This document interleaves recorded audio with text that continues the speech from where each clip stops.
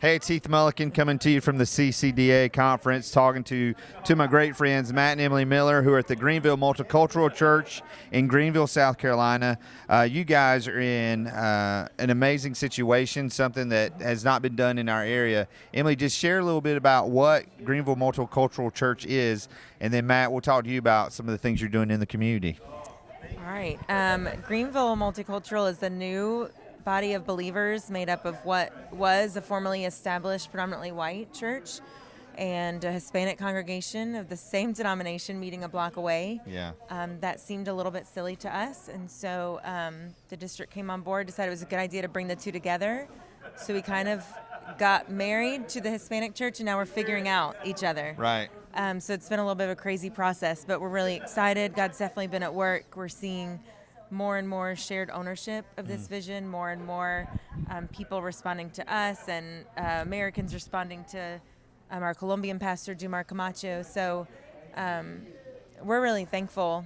We feel like our neighborhood needs it. We feel like the next generation needs it. Second generation immigrants, our own children need to have a multi-ethnic church that they can go, where they can worship with kids they go to school with. So we're passionate about that, and it's been a really crazy ride, and we have very little figured out.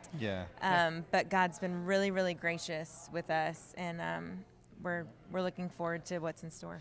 Now, you guys were actually attending the church before you went on staff, and you guys just felt a heart for Greenville and moved into the community where the church is before you even knew any of this was going to happen. Can you share just a little bit, either one of you, just about that journey of this is where God is calling us to plant down roots and raise our kids?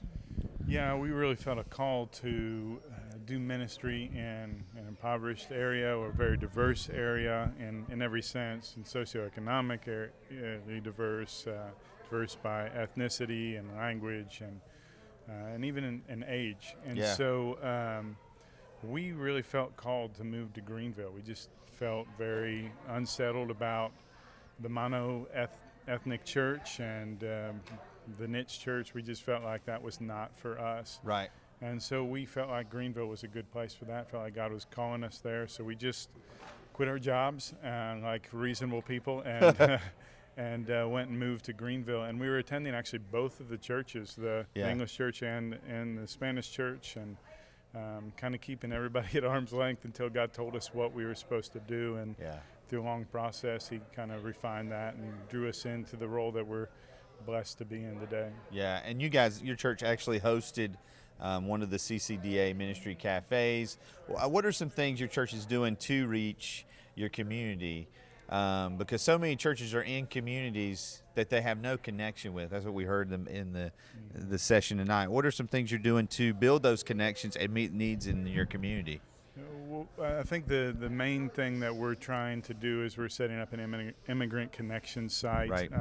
That was something that our Spanish pastor, Dumar, that he really felt like we needed to be a part of, we wanted to be a part of. And so I've gone to get training for that. We'll be opening up an immigrant connection site sometime here in the near future. We've been trying to figure out ways to partner with a halfway house that's right next door to us. We've seen some of the men and one of the women that have lived there come and worship with us on Sunday mornings.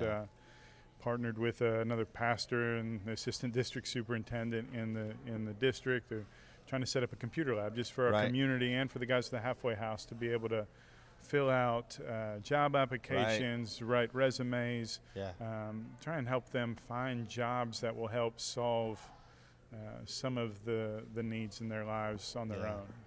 Awesome. Well, I just, I hope you guys know how much I admire you, what you're doing.